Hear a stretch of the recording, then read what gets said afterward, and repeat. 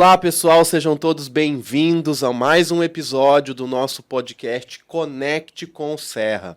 E hoje nós temos a honra e o prazer de receber aqui conosco o Dr. Caio Baum, que é um advogado especialista em direito tributário, sócio fundador da BBM Advogados Associados, e o Dr. Giovanni Beirigo, também advogado, especialista em direito societário e M&A, também fundador da BBM Associados e Advogados. Então sejam todos muito bem-vindos, doutores. É um prazer ter aqui vocês conosco para falar de um tema que hoje está tão complicado, né? Tem tanta gente falando alguns verdades, a maioria maluquices na internet, né? Que é sobre holding, né? A possibilidade de você organizar o patrimônio através de uma empresa. E aí a gente traz para esse tema, para essa discussão, a questão: holding, será que ainda vale a pena, mesmo com as implantações, as mudanças que vão vir com a reforma tributária? Então vou deixar no ar aqui essa pergunta, mas primeiro queria que vocês se apresentassem, falassem um pouquinho de vocês, e depois eu tenho algumas perguntas aqui que eu quero trazer. Maravilha, pode começar. Vamos lá, então, primeiramente um prazer aqui estar com vocês, uma honra, né? Sou o Caio Baum, então, sócio do BBM Advogados, né? Um escritório de advocacia, somos de Londrina, né? Então, fundados aí já há uns 7, 8 anos de casa, mas de profissão já há mais de 10, 12 anos aí, né? Hoje temos um tema muito interessante, que é esse tema de holding e reforma tributária, né? Se isso vale a pena ou não vale a pena, né? Em ambos os sentidos. Então, esperamos que seja um encontro positivo, que a gente possa esclarecer eventuais dúvidas aí, né? E sigo à disposição aí posteriormente, caso surja alguma dúvida e tudo mais, né? Obrigado, doutor. Pessoal, que prazer estar aqui com vocês, que alegria. Obrigado pelo convite. É sempre uma honra a gente poder estar compartilhando um pouco da nossa experiência. Como o Caio disse, são 10 anos de estrada aí, né? Então já me faltam os cabelos sobre esse tema, mas é um tema que a gente ama trabalhar em cima dele. É um dos temas, assim, dos últimos grandes temas dos últimos 10 anos aí, foi a holding, e tem sido cada vez mais, principalmente agora com o advento da reforma tributária, porque são temas que se conectam, né? Então, para quem não me conhece, eu sou o Giovanni Beirigo, como o Marcos disse, sou especialista em direito societário, fusões e aquisições, sou fundador ali do BBM Advogados. E muito obrigado mais uma vez por a gente estar aqui hoje compartilhando aí esse... A gente agradece, doutor. E a gente também recebe aqui hoje conosco o Lucas Figueiredo, que é o diretor comercial lá do Serra Contabilidade, do Serra Soluções Empresariais. Ele que é especialista em seres humanos, né? Especialista em gente, está sempre conosco aí em algumas demandas, já é conhecido aí da nossa carteira de clientes, participa aí de vários momentos de planejamento, de criação estratégica conosco no escritório, e hoje eu convidei ele para estar aqui conosco também para brilhantar esse momento do nosso podcast. Seja bem-vindo, Lucas. Muito obrigado, boa tarde, um prazer muito grande estar com vocês.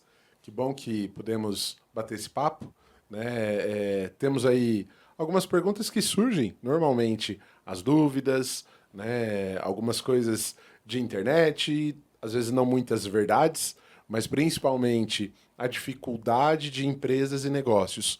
Mas, quando nós falamos em empresas e negócios, principalmente está relacionado a pessoas.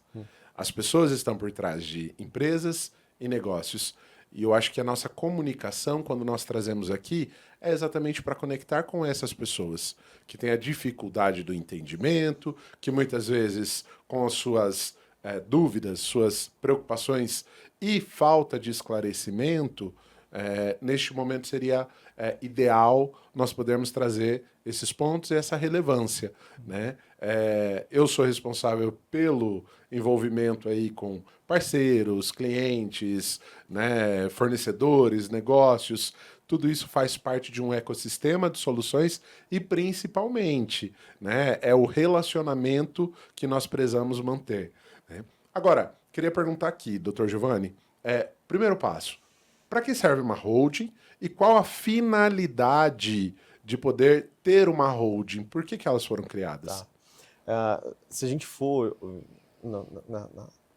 na origem do termo holding, ela vem do inglês hold, né? É um verbo, deter, né? Então a holding basicamente é uma empresa que detém participações societárias, ações ou cotas de outros negócios, outras empresas, ou também detém no seu patrimônio imóveis, bens, ativos, e nem sempre só imóveis. Muita gente, às vezes, acaba lembrando só da holding de natureza imobiliária, mas também a holding pode deter outros tipos de ativos, como, por exemplo, uma marca, o registro de um software, uma patente. Esses são ativos também que podem... Participações societárias. Sim, participações societárias, que é o principal, né?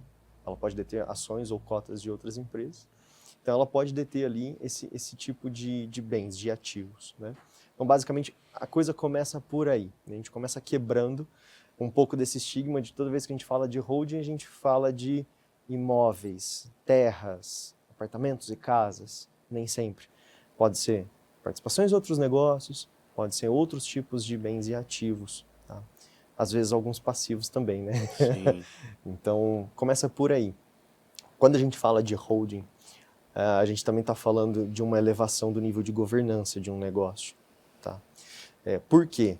Porque ela exige da empresa ou do negócio ou da família detentora de bens e ativos que querem organizar um nível mais sofisticado de organização, de olhar para esse patrimônio de uma maneira um pouco mais refinada e até mesmo dos profissionais que são contratados para poder atuar ali organizando essa casa.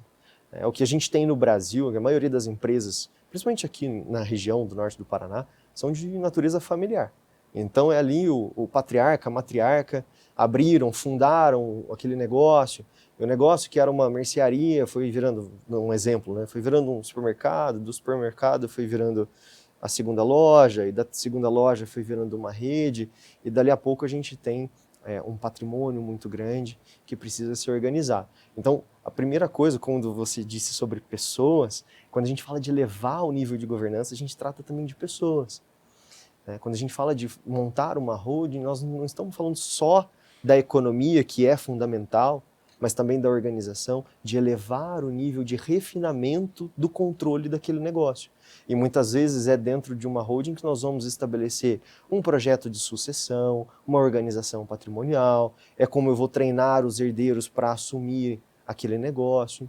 E aí o herdeiro ele passa da figura de simplesmente herdar um patrimônio, não saber o que fazer com aquilo, mas também passar por um processo de formação para que ele seja um sucessor. O que difere o herdeiro do sucessor normalmente seria isso, né? O sucessor ele está preparado para gerir, talvez elevar aquele negócio familiar para um outro patamar, na contratação de equipes que vão trabalhar dentro de um conselho, por exemplo, outros profissionais que vão ajudar a dar direcionamento para o negócio, fazer a segunda etapa. Qual que é o problema disso?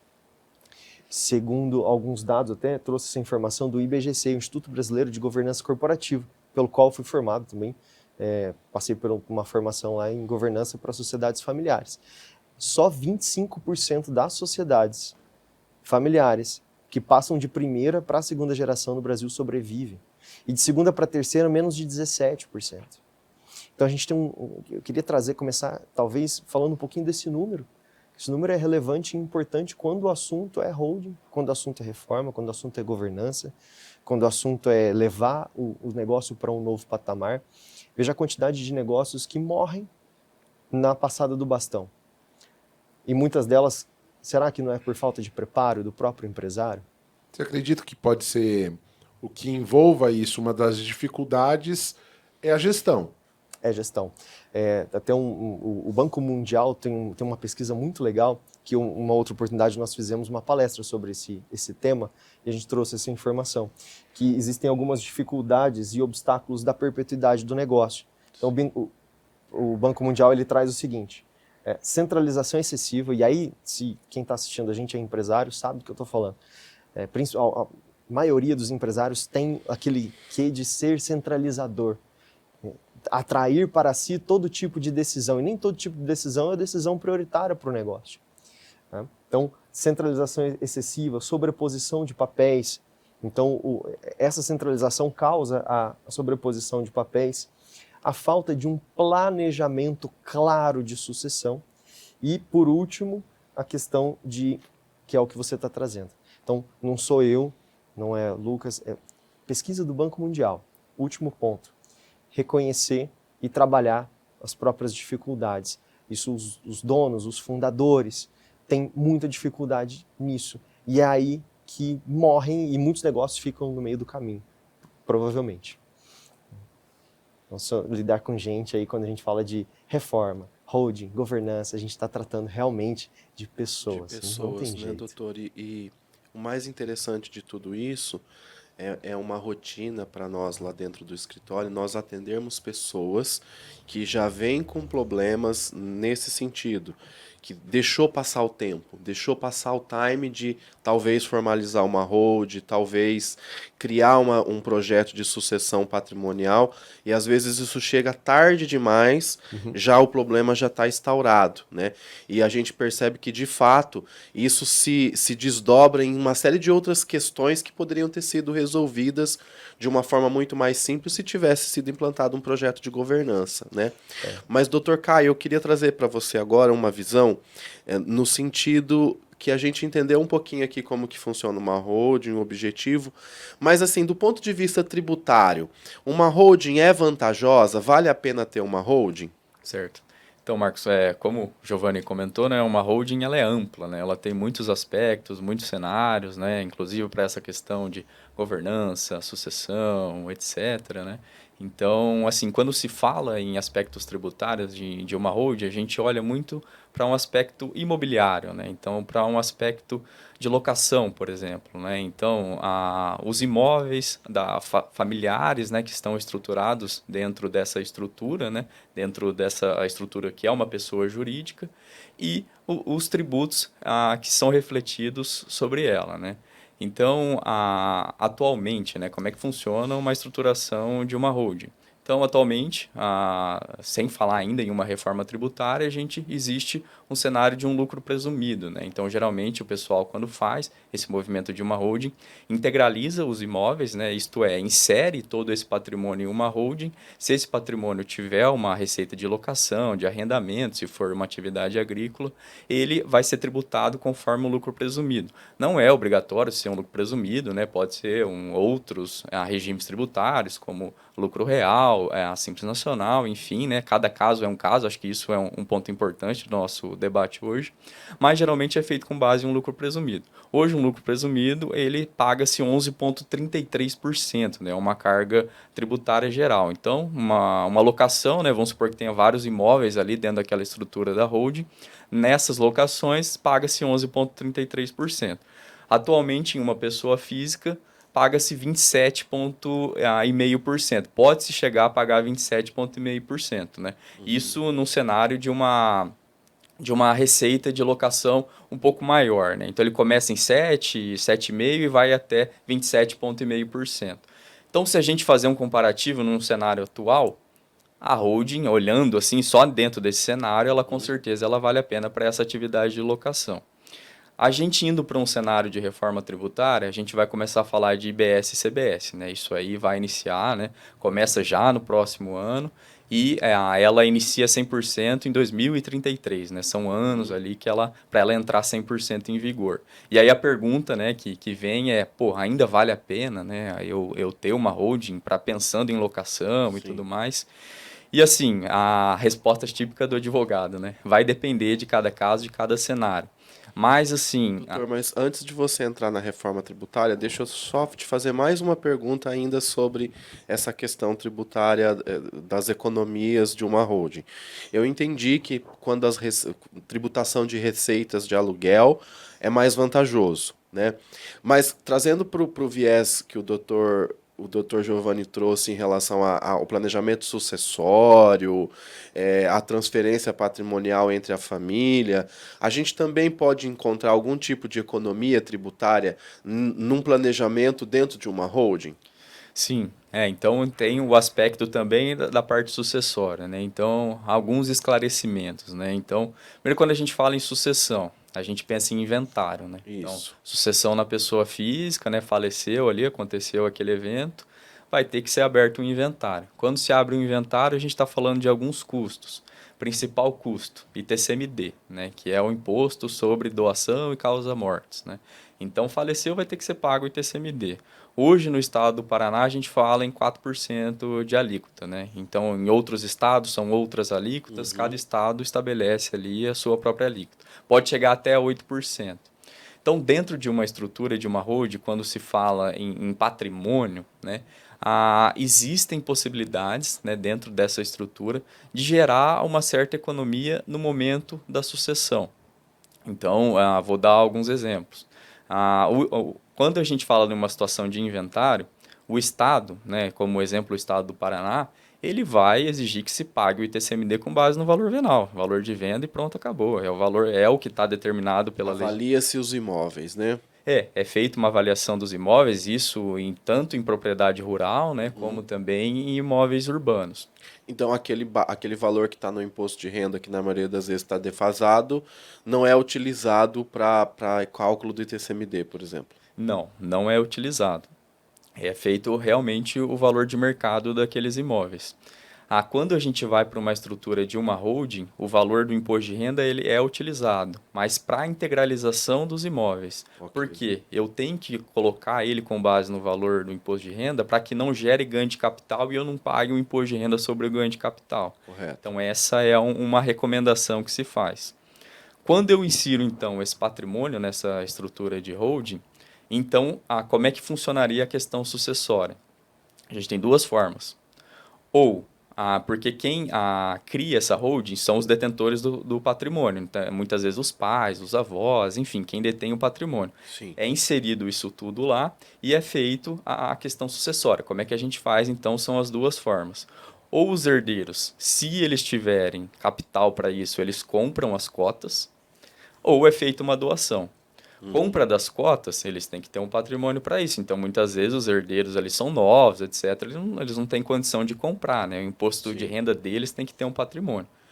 Ou vem a questão da doação das cotas. A doação das cotas, então, vem também o ITCMD. Mesma coisa do inventário, né? O inventário seria causa-mortes, na questão da holding seria a doação. Quando a gente fala de ITCMD na estrutura de uma holding, a gente pode ter certa economia, porque aí a gente fala de uma base de cálculo com relação ao patrimônio líquido. O patrimônio líquido aí, vocês podem até dizer melhor do que eu, mas geralmente ele não é o valor atualizado daqueles bens. A recomendação é que ele seja atualizado, mas não é o mesmo valor que a gente teria que alocar Porque no... os bens foram integralizados pelo valor da declaração do imposto de renda, né? Exato. O valor, é o custo histórico da aquisição. Então, a formação das cotas se dá através desse valor. Então, quando você vai recolher o ITCMD de doação das cotas, você vai, digamos que a empresa foi constituída com cotas de R$ 1 milhão. R$ 1 milhão, que é o valor da cota, é a base de cálculo do ITCMD. Ao contrário de que se você vai fazer o inventário ou a doação do bem, ele vai ser avaliado a valor de mercado. Muitas vezes nesse R$ 1 milhão tem 2 imóveis que cada um vale 5 milhões, né? Exato. Então a base de cálculo é totalmente diferente e com certeza o imposto também.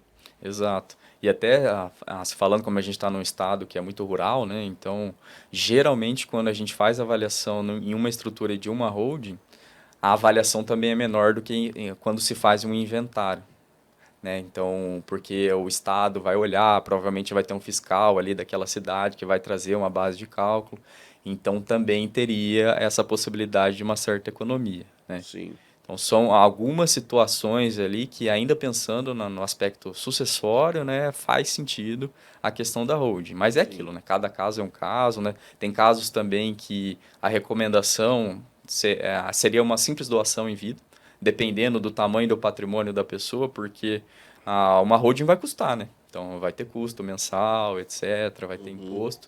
Então, de repente, faz mais sentido fazer uma doação em vida. A holding, como o Dr. Giovanni trouxe, a holding faz muito sentido quando ela vem junto com o compliance, né? Vem junto com uma governança para melhorar o resultado, maximizar a forma de controle ali daquele patrimônio, né?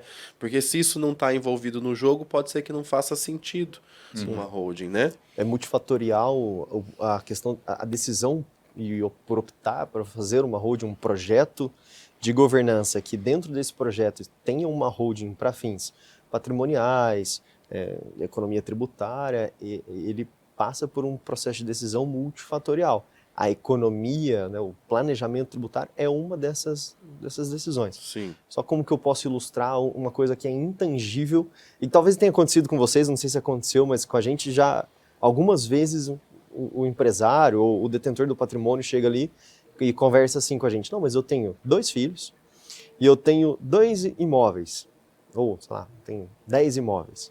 Né? E aí, o que eu fiz? Eu peguei e mandei 5 para cada, já fiz a doação. E tá tudo certo, não tem briga. Será que não tem briga? Por quê? Digamos que desses imóveis para um dos filhos foi um imóvel que daqui 2, 3 anos valorizou mais, o valor do aluguel é melhor, é maior, e aí o outro filho de repente não vai ficar feliz, não vai ficar satisfeito, de repente pegou o imóvel velho do centro, sabe? Que não Sim. valoriza mais, que não tem como ganhar mais dinheiro em cima daquilo, só dá despesa. Então, será que esse é um jeito adequado de se... Não existe, nem diria correto ou incorreto, mas será que é a maneira mais adequada? Acho que é o caminho, né? Exato, exato. Será que, de repente, se a gente não tivesse feito uma holding, colocado os irmãos como sócios, nós não teríamos um outro cenário em que todos aproveitariam os benefícios dos imóveis que mais valorizam, que têm melhor rentabilidade, e também dividiriam os malefícios aí dos imóveis que não têm tanta rentabilidade, etc.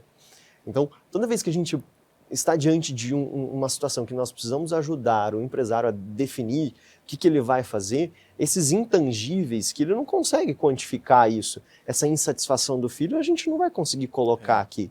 Né? Ou, de repente, não só uma insatisfação, mas até uma disputa entre os herdeiros. Tudo isso é levado em conta, é multifatorial Sim. mesmo. Né? O senhor trouxe um fator que aconteceu conosco recentemente. A gente atende uma família que recebeu um patrimônio em doação em vida dos pais, né? Hoje o pai já é falecido, mas eles receberam o patrimônio em doação em vida com reserva de usufruto. E agora eles estão já no planejamento sucessório para os filhos, né? Para os netos agora. E aí aventou-se a possibilidade de uma holding, né? Então, são vários imóveis, cada um desses imóveis eles têm uma participação de cada irmão, né? Uma fração de cada irmão ali. E um dos pontos que um dos irmãos trouxe foi, olha, a gente não vai dividir, porque havia a proposta, olha, por que cada um não fica com uma coisa, a gente já, cada um fica com o seu patrimônio, faz o que quiser. E eles entraram num consenso que não, a gente vai manter o patrimônio todo concentrado em uma empresa, porque isso é a garantia de que todo mundo vai continuar no mesmo nível, no mesmo patamar. Porque a gente pode fazer essa divisão e no dia da manhã o imóvel de um valoriza, do outro desvaloriza. Tem uma invasão, tem alguma coisa. Então daqui a pouco a gente vai estar os irmãos em situações, em momentos diferentes da vida. Então é melhor que a gente continue administrando isso em conjunto, num patrimônio só. Se der prejuízo, todo mundo arca com o prejuízo. Se der lucro, todo mundo arca com o lucro. Sim. É uma visão até disruptiva, Sim. incomum, né? E olha como isso é curioso. Se você pegar alguns estados, como Minas Gerais, por exemplo, o sul de Minas, a concentração de minifúndios é muito grande. Né? Então, por que será que isso, se você comparar, por exemplo, com o Mato Grosso, praticamente você não vai ter minifúndio no Mato Grosso? Por que será? Um dos fatores provavelmente é pelo seguinte: Minas Gerais é um estado, querendo ou não, mais antigo no Brasil. Sim. Né? Então, já passamos por diversas sucessões e nessas sucessões nós fomos fragmentando os antigos latifúndios. Se formos comparar com o Mato Grosso, por exemplo, em que a concentração de latifúndios é muito maior, é um estado, querendo ou não, um pouco mais recente. Se eu pegar cidades ali como Nova Mutum, Sinop, Nobres, Sorriso, são cidades que provavelmente, talvez, não tenham chegado a 100 anos de idade. Algumas delas aí, menos de 50 anos de idade. Então, aquilo que está ao redor passou por poucas gerações. Então, foi menos fragmentado. E, somado às possibilidades que a gente tem agora, que o direito, a contabilidade, as novas regras contábeis, as novas regras do direito, a modernização disso, vem permitindo a gente manter o patrimônio concentrado na família, a gente tem menos perda, querendo ou não, você fragmentar o patrimônio, ele provavelmente pode causar perda para todos. Exatamente. E tem um outro detalhe, né, doutor? geralmente nessa família se abre muitas possibilidades. As pessoas elas vão seguindo outras carreiras. Um vira médico, o outro vai ser professor. Cada um segue um determinado tipo de carreira. E não necessariamente que naquela sucessão vai ter uma pessoa com a mesma visão de negócio ou até mesmo com a mesma pegada de negociação, de compra, venda, etc., que aquele formador do patrimônio teve no passado. E estando isso formalizado numa hold com uma boa governança, isso permite que eles continuem tendo a sua vida pessoal, particular, as suas carreiras e contratem pessoas especializadas na gestão para fazer com que aquele patrimônio continue produtivo. Perfeito. É muito isso. Nem sempre todo mundo tem vocação para ser empresário ou formador de patrimônio. E existe uma possibilidade muito grande dos herdeiros não ter esse mesmo tino negocial que o E acaba sendo, de certa forma, até restritivo. O cara herda um patrimônio, ele tem que fazer algo que ele não quer fazer uma gestão. Né? E pode ser que ele até venda o patrimônio, né? Então, nesse exemplo de terras rurais, supor que ele tenha lá 100 alqueires a família tem entre os irmãos. Um herda lá 30. Provavelmente ele vai querer vender, porque... sei lá, às vezes para ele não vai ser uma boa produção, a terra vai disseminando, né? Exato. Então é uma forma de preservar todo aquele patrimônio, né? E quando se fragmenta, a tendência é também perder valor, né? Exato. Nós não tínhamos antigamente o dividir para conquistar, né? Exato. Então essa divisão normalmente pode representar uma perda de poder, né? Exato. Eu vejo que esse posicionamento da holding vem para um olhar muito estratégico. Muito. Certo? Então, até mesmo desde o início, para que serve, qual é a concepção de existir uma holding, né? Então, um dos temas que eu vejo muito, e até o pessoal às vezes utilizando errado, holding para proteção patrimonial. Aonde que isso tem aí os seus desvios, os seus deslizes e os riscos também, acreditando que a holding vai ser essa proteção? Tá. Assim, ó, nos últimos anos a gente teve lá o boom das holdings e vendia-se e ainda se vende como uma blindagem patrimonial, né? Como se ela fosse a grande vacina para todos os problemas do empreendedor ou do detentor de patrimônios. E não é, né? Nós estamos vendo aí que nem sempre a holding ela vai exercer uma função de blindagem. Tá? Da onde que nasceu essa tese? Porque é uma tese jurídica, uma tese estratégica. Ela pode funcionar? Ela tem lá a sua função, não estou desmerecendo, mas o que o empresário precisa entender é que ela não vai resolver todos os problemas. Tá? O que acontece? Qual que é o fundamento disso aí? Digamos que eu tenho hoje uma empresa operacional, eu compro e vendo sapatos. Okay? Então eu tenho funcionários, eu tenho tributos a pagar. Ok. E eu sou o sócio dessa empresa. Eu sou o sócio lá, é o meu nome lá dentro do CNPJ. Ok. Se dá uma zebra nessa empresa, por exemplo, o mercado não vai bem, eu me enterro em dívidas e começo a cobrar essa empresa, a gente tem lá o Instituto da Desconsideração da Personalidade Jurídica, que pode vir a atacar o meu patrimônio pessoal, porque eu sou sócio daquele negócio. E no Brasil, nós sabemos que, na teoria, a desconsideração da personalidade jurídica ela acontece em situações muito específicas e uma delas é a configuração de fraude em que eu utilizei dessa empresa para fraudar e não pagar os meus credores. Só que na prática, nossos anos de estrada aí já vimos muita coisa. E o que nós vemos é que nem sempre a regra é seguida. Em situações, principalmente envolvendo o direito do trabalho, na justiça do trabalho, o direito do consumidor, né, no setor consumerista, e o fiscal, a desconsideração da personalidade jurídica ela é menos complexa para que ela aconteça. Ou seja, o meu patrimônio enquanto sócio ele é atacado de uma maneira mais simplificada, se assim a gente pode dizer, mais rápido também. Então, a primeira tese, o fundamento de como que isso começou peraí, então eu saio dessa condição de sócio e se eu colocar uma outra empresa aqui? Porque daí não vai ser atacado o meu patrimônio, é essa empresa que vai ser atacada? Então, de uma maneira bem simplista, essa é a tese primária. Mas aí nós vemos que, independente da quantidade de degraus, se realmente os débitos são oriundos da Justiça do Trabalho, do direito do consumidor, de problemas fiscais, essa blindagem ela começa a ser relativizada e aí a gente já não tem tanta proteção assim como se crê que tem.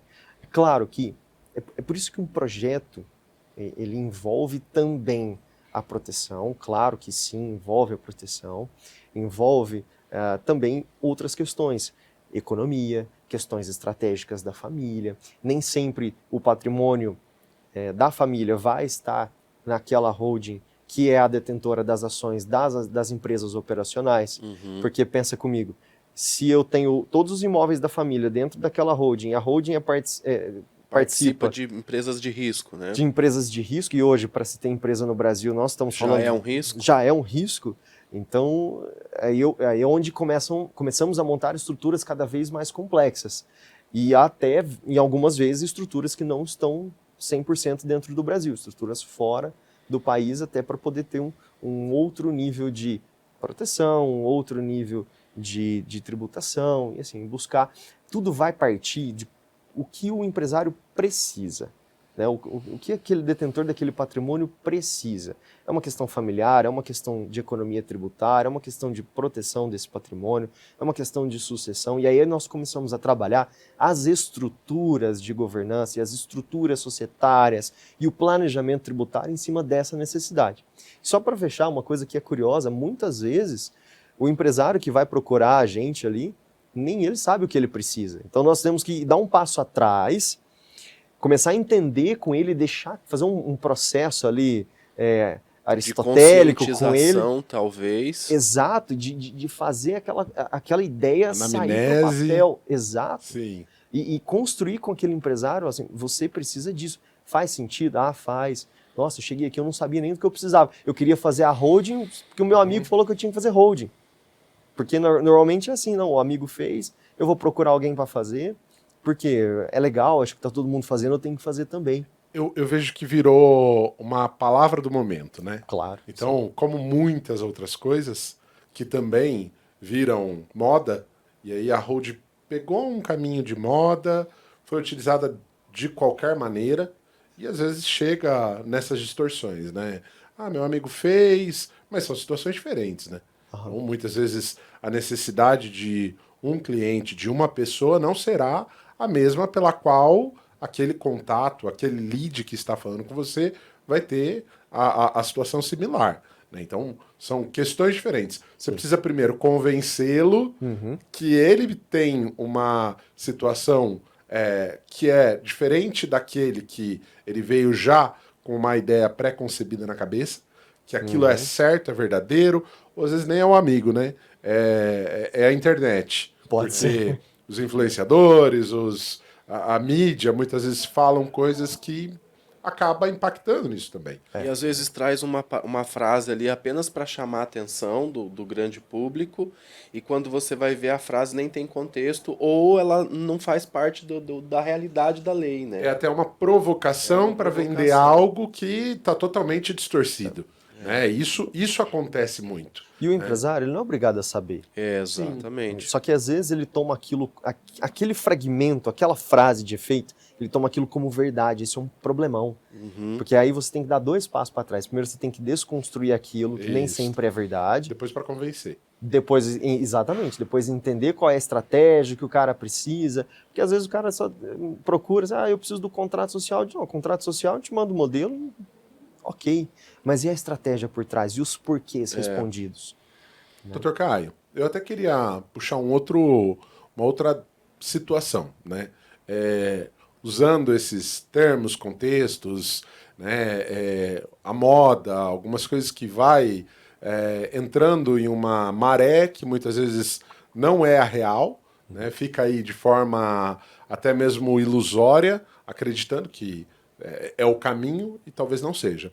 Mas quais são as principais armadilhas, falando em contextos fiscais, tributários, que uma holding pode ter caso não tenha sido orientada corretamente a forma estratégica da concepção dela?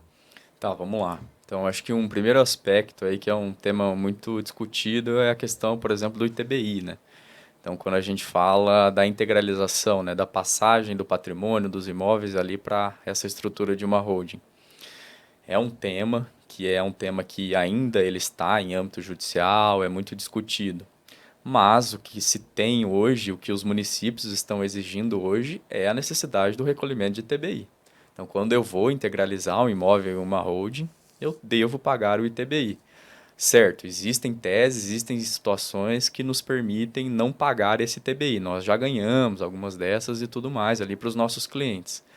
Mas eu não aconselho que você faça uma estrutura dessa sem o pagamento, né? Então, a recomendação, paga e depois discute, conforme o que está hoje aí sedimentado na nossa jurisprudência atual. No passado não era muito assim. No passado, em alguns municípios não havia necessidade do recolhimento, mas hoje há, né? Então, assim, cada município tem uma exigência, cada município arbitra ali as bases de cálculo, né? Então, e é uma determinação do município, é uma competência ali do município essa situação, mas esse é um tema assim que algumas empresas, esses vídeos de internet que vocês estão comentando dizem que holding não paga ITBI, né? Então, acho que aí um primeiro aspecto polêmico, né? Um segundo aspecto. Então, aí entrando nas situações ali da prática mesmo de uma holding, né? Então, aí pensando na locação, na venda dos imóveis, né? Então, tem situações que vale a pena a pessoa vender o imóvel ainda na pessoa física, né? Pensando em ganho de capital. Vale a pena ainda a pessoa fazer a locação ainda na pessoa física dela. Sim. Então, vai muito de cada caso, sabe? Não dá para isso ser oferecido Não é uma fórmula pronta, uma receita de prateleira que você pega e aplica para todos, né? Exatamente, exatamente. E a gente tem que lidar muito com a insegurança jurídica também. Sim. Principalmente quando a gente trata de poder público, né? A gente está tratando muito sobre o município, são muitos no Brasil, e ao ajuizar de ações que discutem as regras tributárias, a gente esbarra na insegurança. E é comum, é normal, nós vamos ter que lidar com isso. Faz parte do processo Faz democrático. parte, sim, faz parte de um processo de evolução Sim. do nosso direito, e nós estamos num processo de evolução. Uhum. Agora, de nada vai adiantar nós ficarmos de braço cruzado, nós temos que fazer conta, nós temos que planejar.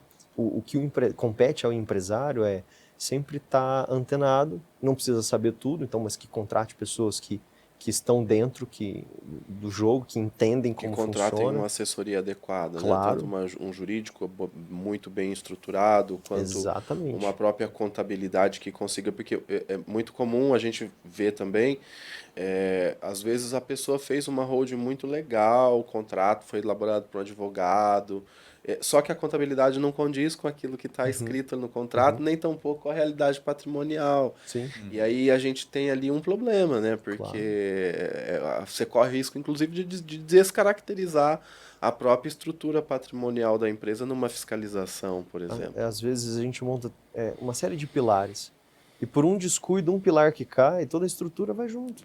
É uma estratégia que tem que ser seguida, né? É. Não apenas criar, mas a concepção disso tudo depois fazer a manutenção ativa da continuidade daquilo que foi construído. Né? Nós vemos realidades, por exemplo, poxa, até mesmo essa transição patrimonial.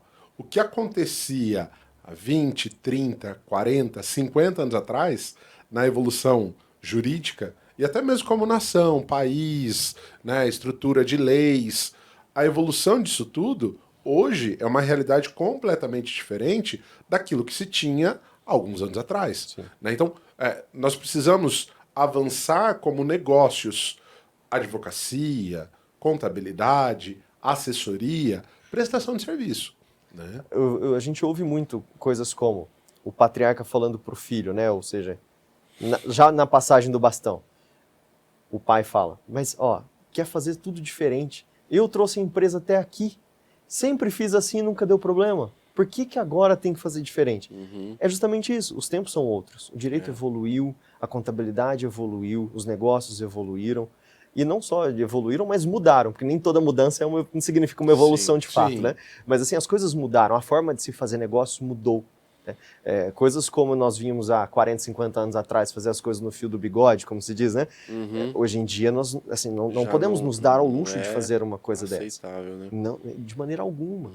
Né? E o empresário, por mais tempo de carreira que ele tenha, ele vai precisar entender isso, vai precisar assimilar essa mudança do mercado para poder sobreviver. Então, acabaram os contratos de gaveta.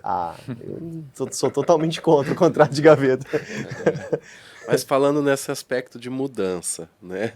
A gente não tem como deixar de abordar a grande mudança que vem sendo discutida aí no âmbito tributário, que é a reforma, né? Nós sabemos que estamos vivendo a reforma do consumo, né? Os impostos que incidem sobre o consumo. O que isso impacta, doutor, dentro de uma holding? O que vai mudar com a reforma tributária? A gente já entendeu que hoje existe uma economia tributária quando se fala em aluguéis, a gente está falando aí de redução de ITCMD quando você faz a doação de cotas, ok?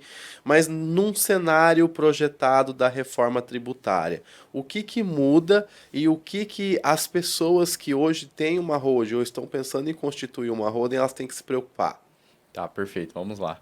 Então, acredito que é sempre interessante a gente fazer esse comparativo entre pessoa física e pessoa jurídica, Correto. porque é isso na prática que as pessoas vão olhar, né?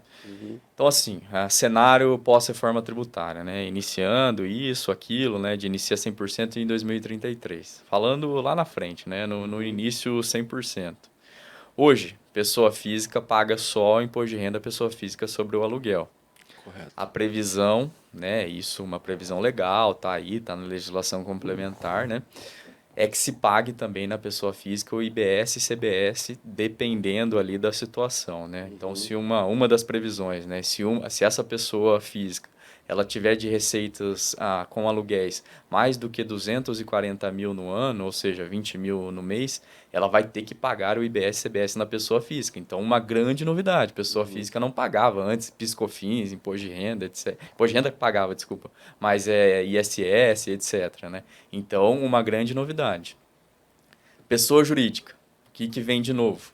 Né? A receita de locação ela é isenta de ISS. Né? Não se paga ISS, por isso que é os 11,33% no lucro presumido. Correto. IBS e CBS já muda. Então, o IBS e CBS, o IBS ele é a junção do ICMS e do ISS. Então, teria tributação do ISS. Então, aí, no primeiro momento, então, como é que vai ser isso? Né? Vai valer a pena? Não vai? O meu ponto de vista é aquela coisa, vai depender do caso. Mas, em muitos casos, então, dentro de um cenário desse, por exemplo, que a pessoa tem de receitas de aluguéis mais do que 240 mil, provavelmente na pessoa física dela vai custar mais caro. Porque a pessoa física ela vai pagar o 27,5% mais a alíquota de IBS e CBS. Qual que vai ser a alíquota de IBS e CBS? A previsão legal é de 28%. Então, uma alíquota bem grande. Mas existem fatores de redução, né? Então, existe um fator de redução de alíquota, é uma previsão de 70%. Então, nós estamos falando ali de 70%, vai se pagar 8%, 9% de IBS e CBS. Então, assim, em uma pessoa física, nós estamos falando em uma carga tributária pode chegar a 40%. E uma pessoa jurídica, nós também teríamos essa questão de redução. E aí, com reduções, nós falaríamos em torno de 15% a 16%. Então, fazendo esse comparativo, dependendo do cenário, novamente, ali da pessoa, nós teremos pessoa física, podendo chegar a 40%. Pessoa jurídica, 15% a 16%. Então, holding, falando em locação, ela ainda vai valer a pena. Sim. E Então, sem levar em consideração que a legislação permite, né, a reforma tributária, a lei complementar, ela institui a não cumulatividade plena, né? Que é diferente do que a gente vive hoje. Então, para quem não está familiarizado com esse termo, a cumulatividade dos impostos quer dizer que os impostos vão sendo pagos novamente na cadeia, né? A indústria paga PIS e COFINS, o revendedor paga PIS e COFINS, a distribuidora paga PIS e COFINS e quando chega lá na loja, no varejo, paga de novo PIS e COFINS. Dentro dessa sistemática da IBS-CBS, você vai aproveitar o crédito das entradas. Então, se você fez uma compra com incidência de IBS-CBS, aquele IBS-CBS destacado na nota, você vai aproveitar ele como crédito, né? E a legislação permite, ela traz como uma novidade, as holdings poderem fazer o crédito das despesas que ela tem com reformas, adequações de imóveis, ampliações, que é uma coisa que até então não existia dentro de uma holding, uma administradora de patrimônio.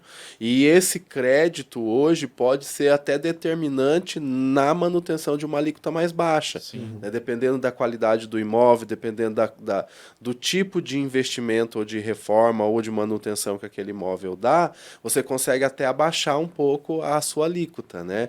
Ou também os custos contábeis, jurídicos, né? Isso tudo vai ser aproveitado. Tudo vai ser aproveitado, ou seja, ela não traz só uma diferença de alíquota, ela traz a reforma tributária, ela vai exigir de nós um redesenho da estrutura empresarial, né? É isso que eu queria perguntar, porque até trazer essa provocação aqui para a gente poder conversar sobre, porque alguns modelos de negócio podem surgir da reforma. Exato. E outros podem ficar mais complexos de existir, né? Com mais dificuldade. Ou até mais caros, né? Talvez por aumento de custo mesmo. E eu queria saber de todos aqui o que vocês pensam sobre isso, sobre novos modelos de negócio que podem surgir vindo da reforma, ou sobre os modelos de negócio que vão enfrentar dificuldades aí. Pensando na cadeia de suprimentos, ter bons fornecedores será fundamental, porque as etapas de aquisições de bens e produtos, elas estão relacionadas para aproveitamento de crédito do fornecedor para o cliente, assim por diante. Muitas vezes com presunção do crédito. Exato. Né? Ele pode nem existir na nota fiscal, mas ele entra com crédito presumido hoje na regra. Então, já começa por aí. O modelo de relacionamento vai obrigar muitas empresas a terem que se adequarem a um processo de evolução. Afinal de contas, ou ela tem bons fornecedores, ou aqueles fornecedores que hoje também deixam as suas pendências, acaba não gerando o aproveitamento desses créditos para eles, né? Então, eu acho que inicia-se por aí. A forma de se relacionar, você vai olhar, enxergar primeiro quem é esse fornecedor, de que maneira ele tem desenvolvido seus negócios, né? Então, hoje a gente olha para o score do Serasa, por exemplo, né? Voltado a deixou de pagar outros fornecedores, por exemplo. E ali tem o seu score, né? A gente vai ter um olhar de score, talvez até, para modelos de tributação. Está tributando certinho? Está fazendo certo? Está recolhendo? Né? Porque isso vai fazer com que a cadeia de suprimento valha a pena para as demais etapas, né, do processo de vendas. Eu vejo um pouco como o Lucas também. Eu acredito que isso é um dos negócios que podem surgir. Assessorias ou consultorias que vão entregar para o empresário esse olhar, né? Porque, voltando para aquilo que a gente estava falando, que a maioria das empresas da nossa região ou do Brasil são micro e pequenas empresas e que não contam com uma governança ou com uma organização tão evoluída, pode ser que em algum momento se faça necessário ter uma assessoria que vai fazer esse trabalho, de olhar para o fornecedor, olhar para o cliente, entender esse mundo tributário para ele, porque não é só na compra que vai ter o impacto, na venda também. Para quem ele vende, ele vai ou não ter a retenção, ele vai ou não ter uma tributação diferente, ele vai ou não fornecer crédito. Então, deixa de ser um planejamento tributário baseado apenas na alíquota e passa também a ser baseado no impacto que você vai gerar para o terceiro. Porque imagine a seguinte situação: eu posso ter uma empresa e quando eu for olhar para mim isoladamente, faça todo sentido eu estar dentro de um regime específico. o Simples Nacional, por exemplo. Mas a minha carteira de clientes, na grande maioria, são empresas de grande porte, pessoa jurídica, que vão querer se creditar daquilo que eu vou oferecer de nota fiscal.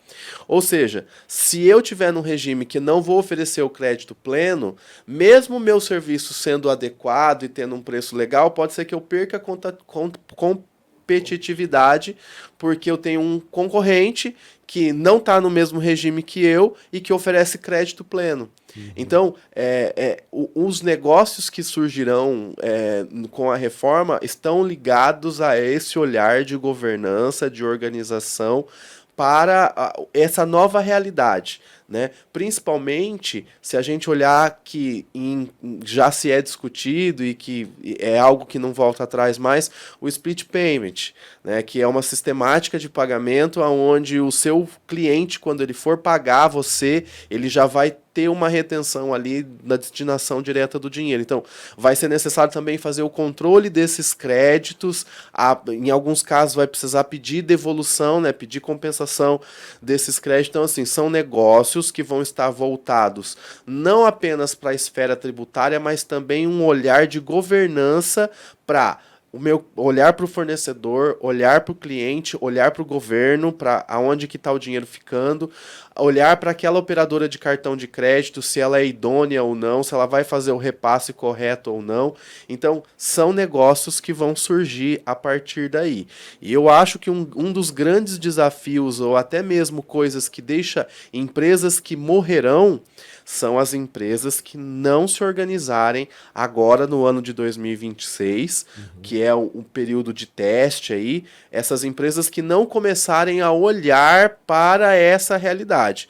É muito comum a gente ver já no regime antigo e é algo muito presente no nosso dia a dia, empresas que acabam fechando ou tendo problemas financeiros por erro de formação de preço. Ela não conhece os seus custos real, forma um preço que depois não sobra dinheiro para pagar as contas e aí vai virando aquela bola de neve. Isso vai estar muito mais ainda presente dentro da nova sistemática, principalmente quando o split payment estiver funcionando. Vai ter um impacto direto no fluxo de caixa.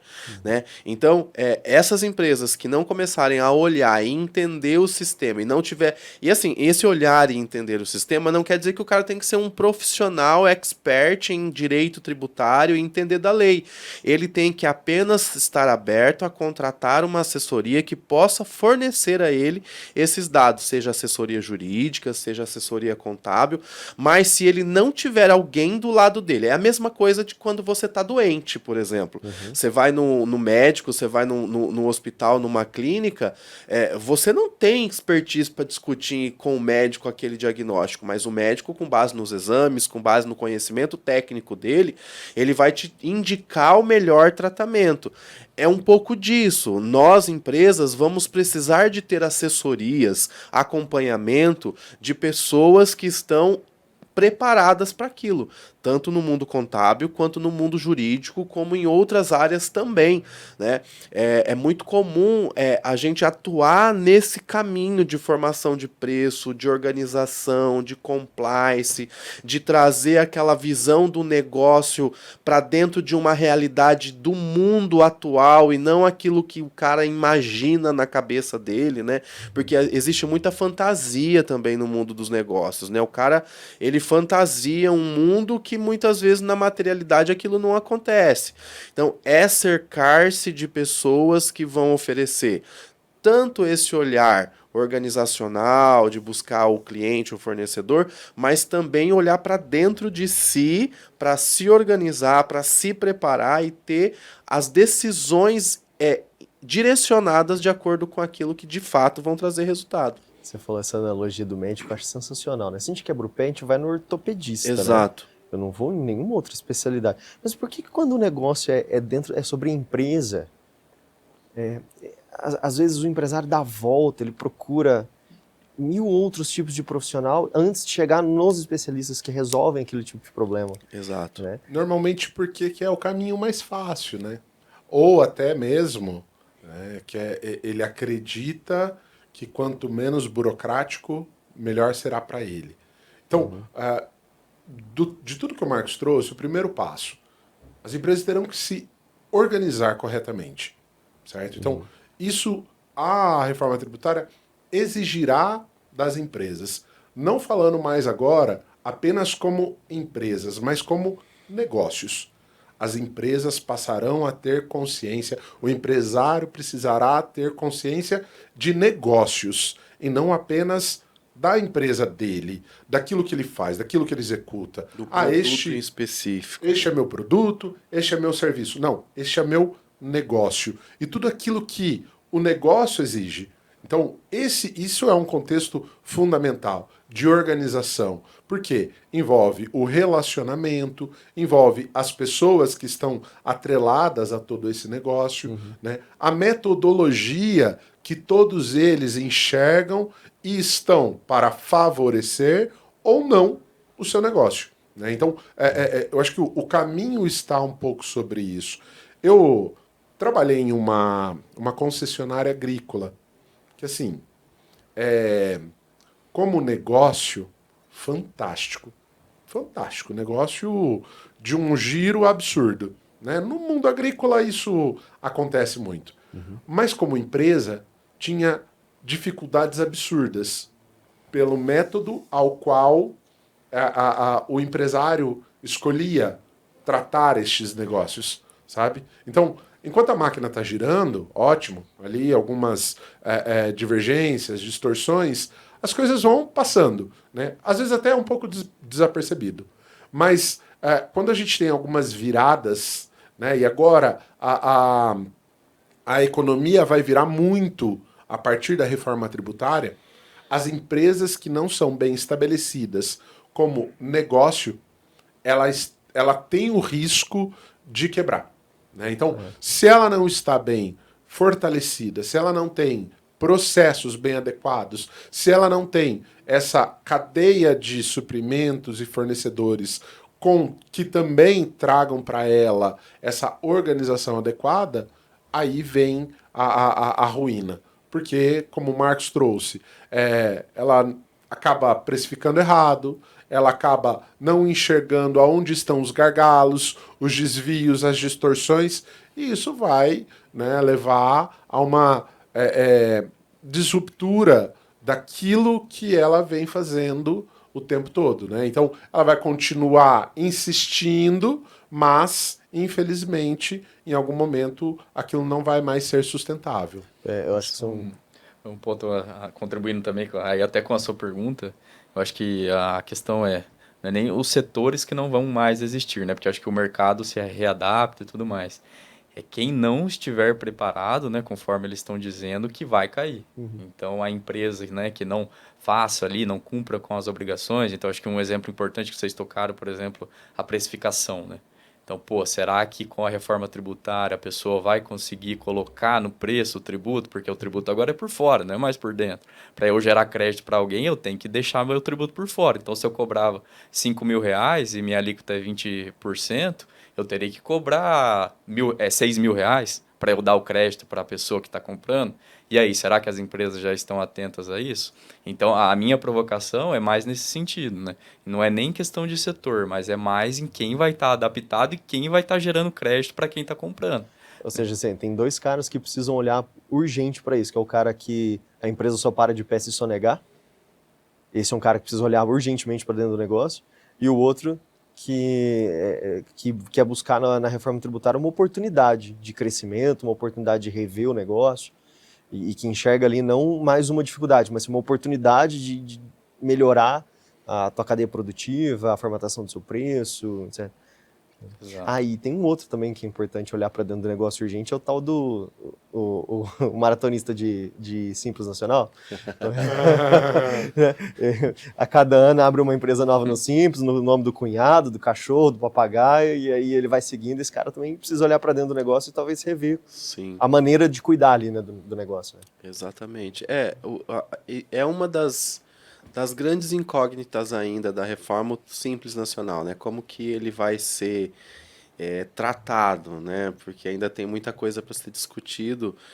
A gente já sabe que existe a possibilidade do regime híbrido e tal, mas ainda tem coisas para serem discutidas no regime do Simples Nacional. Porém, a gente vai ter uma inversão. Hoje, faz sentido, quase todo mundo está no Simples Nacional. Quando você entrar nessa questão da cumulatividade plena, da não cumulatividade plena, aliás, será que não vai valer a pena ir para o lucro real? Né? Porque hoje uma das grandes determinantes é os créditos de PIS e COFINS. Né? Às vezes a empresa tem uma margem de lucro pequena, mas não tem muito crédito de PIS e COFINS para usar no seu negócio, porque usa matéria-prima direto do agronegócio ou coisa parecida.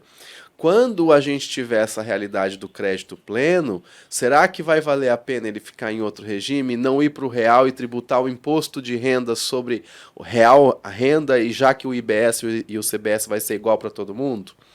Né? O próprio Simples Nacional hoje já traz distorções que o empresário que não entende de negócios, não trata como negócios, né? Ele tem o seu faturamento crescendo, ele não enxerga as faixas, e daqui a pouco ele está pagando mais imposto do que aquilo que, favoravelmente, ele poderia estar numa outra condição, né? Mas o simples, ele é simples muitas vezes para quem apura, e não exatamente para a empresa. Por isso que ter uma assessoria que vai pensar com você também sobre os negócios, daquilo que realmente a empresa necessita, e não simplesmente, bom, para mim tá ótimo eu fazer aqui no Simples Nacional para você, você paga um imposto só, e ele acredita que isso é o suficiente, né? Você só vai pagar essa guia, pronto.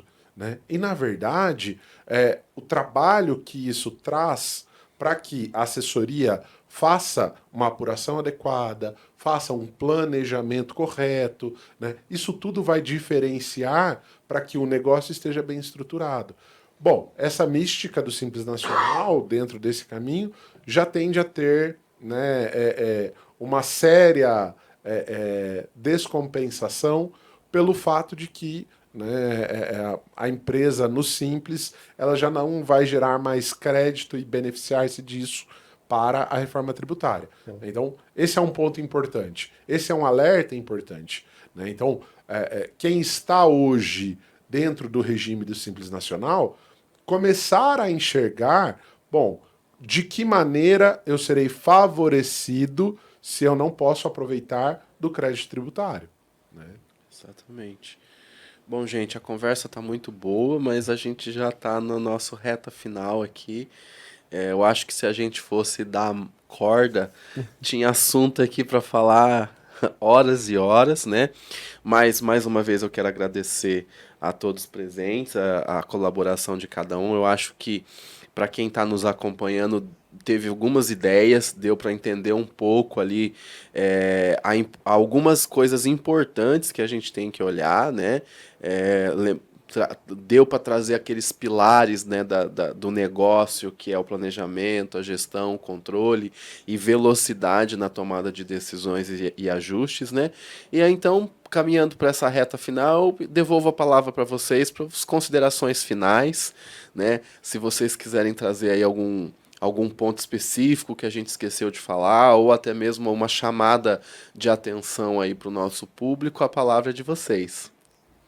Olha, então eu acho que hoje o tema foi mais pensando ali na parte de holding, mas eu acho que a chamada é em sentido amplo, né? Então a reforma tributária está aí, ano que vem, né? Já é o primeiro ano de reforma, embora não seja ali obrigatório para todos os contribuintes já pagar o IBS e CBS, ele já tem que estar atento ali com as obrigações.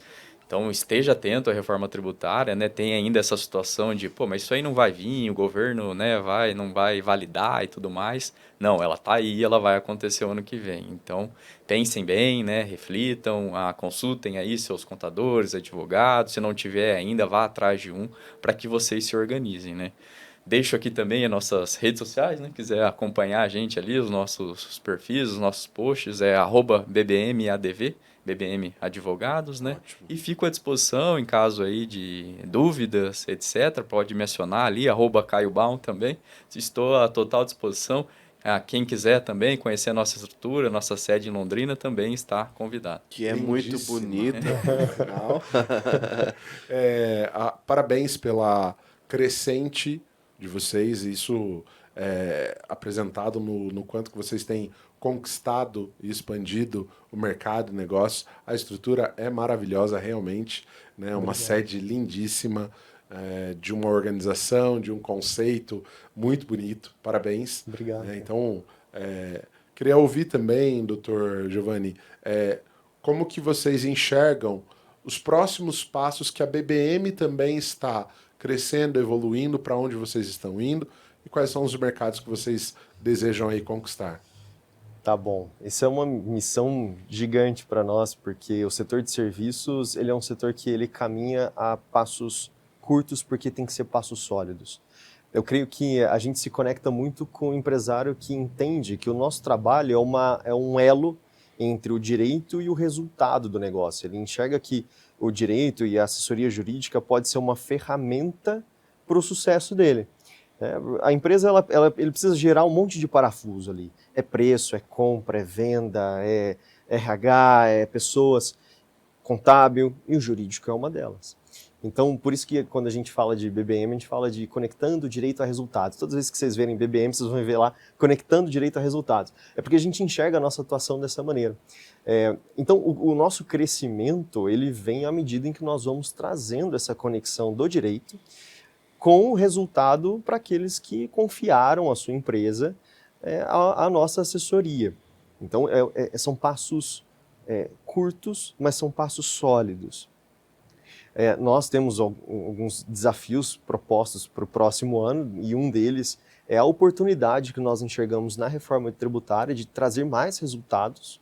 Então, até uma dica para o empresário, busque o resultado do seu negócio.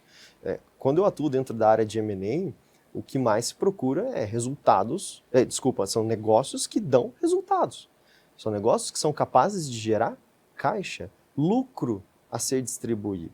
Então, você acerta e ajusta o modelo de negócio à medida em que você consegue gerar mais ou menos caixa de acordo com aquilo que você se propôs a fazer. Nosso crescimento está muito pautado nessas oportunidades, na busca de novas oportunidades para o empresário e na geração desse tipo de resultado. Nós temos aí já uma sede consolidada na cidade de Londrina, na cidade de Apucarana, em São Paulo. Estamos indo para Maringá, me mudei recentemente para Maringá com esse novo desafio de crescer o escritório ali por aquelas bandas. Né? É uma cidade maravilhosa e hoje nós temos mais de 14 estados do Brasil que têm atuação nossa. Então nós vamos aí da Bahia, do Tocantins, no Mato Grosso, no Rio Grande do Sul, e trazendo um pouco dessa nossa visão, porque o direito também pode ser uma ferramenta para o empresário crescer, para o empresário dormir tranquilo, e é isso que a gente busca, empresários que possam confiar a sua empresa no nosso trabalho. Então é assim que a gente vai crescendo, assim que nós pretendemos, passo a passo, e conquistando esse Brasil que é maravilhoso, cheio de oportunidade. A gente acredita muito no empresário brasileiro, a gente acredita muito que o empresário ele é muito criativo, tem muita coisa para fazer. O Brasil é uma terra de muita oportunidade, muito. Nós acreditamos muito nisso e assim a gente pretende crescer, a gente pretende se conectar com pessoas que também enxergam dessa maneira. Acho que assim a gente consegue construir bons elos de sucesso. Que bom, doutor. Muito obrigado. Obrigado, Lucas. Obrigado, doutor Caio. Obrigado, doutor Giovanni. Acho que agradece. Por estar presente aqui conosco. Obrigado você também que acompanhou conosco esse episódio do podcast. Continue seguindo a gente lá nas redes sociais para acompanhar as evoluções, as notícias que vêm acontecendo no mundo dos negócios. E é sempre um prazer ter você conosco. Obrigado e até a próxima.